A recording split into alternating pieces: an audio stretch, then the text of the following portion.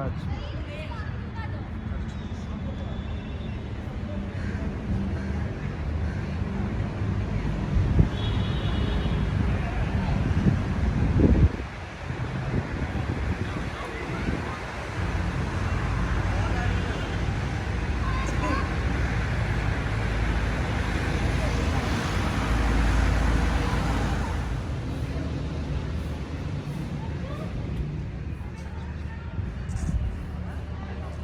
We are in front of the Lahore Museum. This is the oldest and the largest museum in terms of history and culture. It was established in 1855 in the nearby building, in Wazir Biradari building, and later on it was shifted to Lincoln Market. It was brought here in 1994. It was inaugurated by Prince Albert, and ever since this has been here and is uh, demonstrating, showing the history of this area and the history of this region. It's the largest museum in terms of history and culture in Pakistan.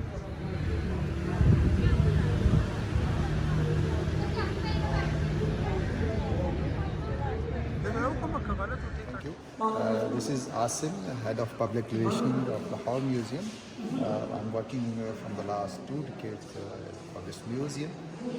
Lahore Museum is one of the oldest and largest museum of Pakistan, where we have a lot of collection, and among them Gandhara art is one of the best collection of Lahore Museum. It's a pride of Pakistan, it's a pride of the region, and the people from all over the world, especially the Buddhism, they are very kind. They are very keen to visit this museum, and they are regular visitor of this museum. The section we are standing here is called Gandhara Gallery, and we have Buddha's life in a chronological order, right from his birth story to his death. And we have masterpieces here, like Fasting Buddha is one of the best sculptures. You can see the art of the people. And then we have Sikri Stupa in my back. You can see it's one of the best art of the region.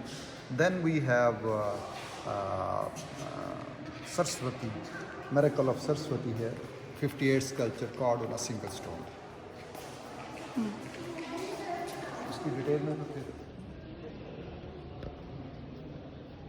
This is the Gandhara gallery, which shows the history of Buddha, and this is the history of Buddha. Mainly depicts in different statues and whatever remains have been found in different places, and this shows his history is before birth, the incarnation, birth, youth, enlightenment. He receives enlightenment, then preaching, and the last is the death of Buddha. So we will go step by step and see whatever has been shown here. The very important one. This is the dream. His mother Maya, she sees a dream that her son will be born, and then these different statues. This shows different scenes related to their dream. We are coming now to the youth of Buddha, and then one of these statues, it shows going to school, and if you can see, he is holding something like they say it is like a wooden something like a wood, and then something for writing, but it is also like a bat and like a ball. But this is very interesting statue. He's going to school.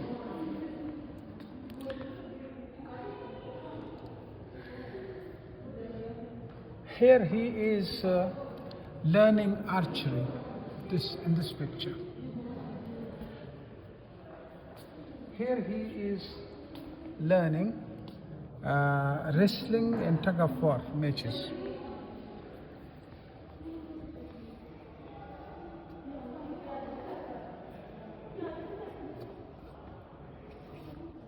here the change in life of Buddha starts. He lives a luxury life in a palace, and then he decides to leave his palace. And this is a very tragic story, where he decides to leave the palace, where he leaves the palace actually. A horse is brought to him, he changes his clothes, he leaves the place, and here he leaves his wife, she's sleeping. He leaves her in her palace, and then he changes, his life changes. He takes a horse, he changes his royal clothes, he becomes a monk. He becomes a monk and he goes to the forest, where he meditates, where he is spending his time in meditation. And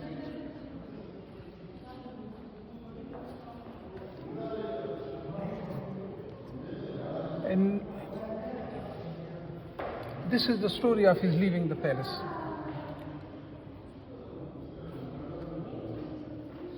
These are different stories that he was attacked by Mara, the armed soldiers, the evil spirits. These are different beliefs and stories. This is one of the most important statues, one of the three most important precious statues in the world. This is the fasting Buddha. Buddha has been fasting for a long time, and now he is shown in the statue, and you can see the details crafted in this statue. That gives significance to this statue, and it's well-known statue. It's well revered by the Buddhist community all over the world. The Buddhists are almost the third religion. The followers are the number of followers of Buddhist religion is the third in the world, almost the third in the world. So this is the fasting Buddha, and you can see the details, the veins, the arteries, the ribs, and the bones in his body.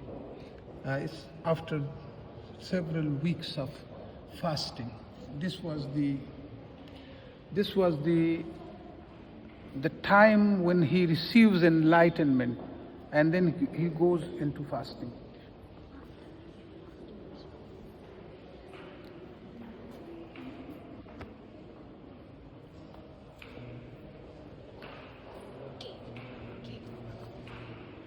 Buddha is in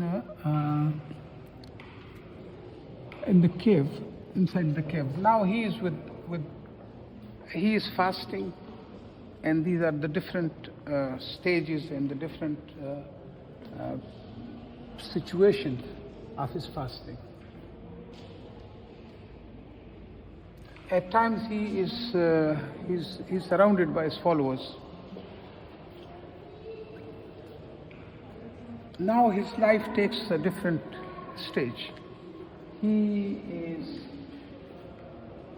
Now he starts preaching his religion, and that is here he gives his thought, and he is being followed by his followers, and then they start preaching his religion. They were called bhikshus, Buddha bhikshus.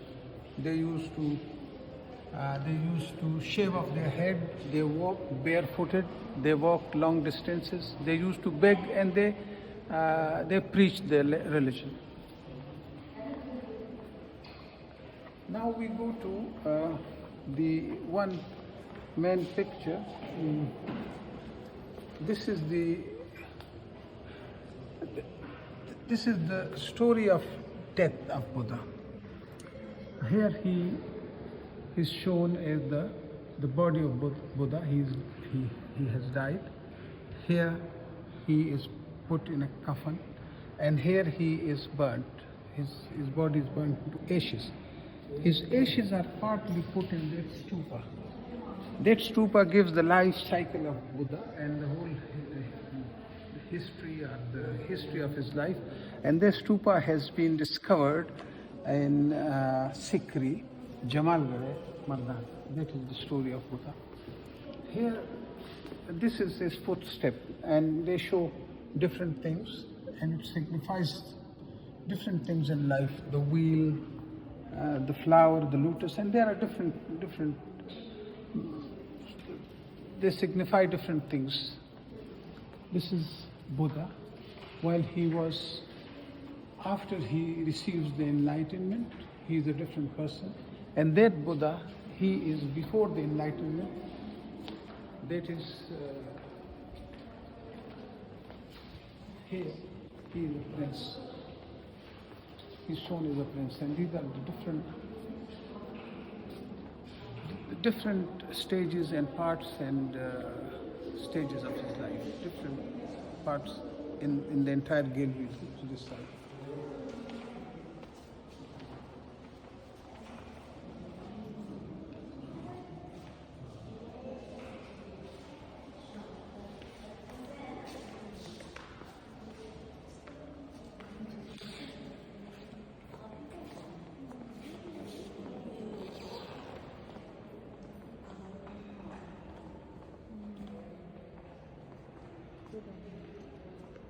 Sikri stupa. We have described this stupa. It gives the story of his life. The story is depicted in these pictures. The stupa has been discovered in Sikri, Jamalgarh, Mardan.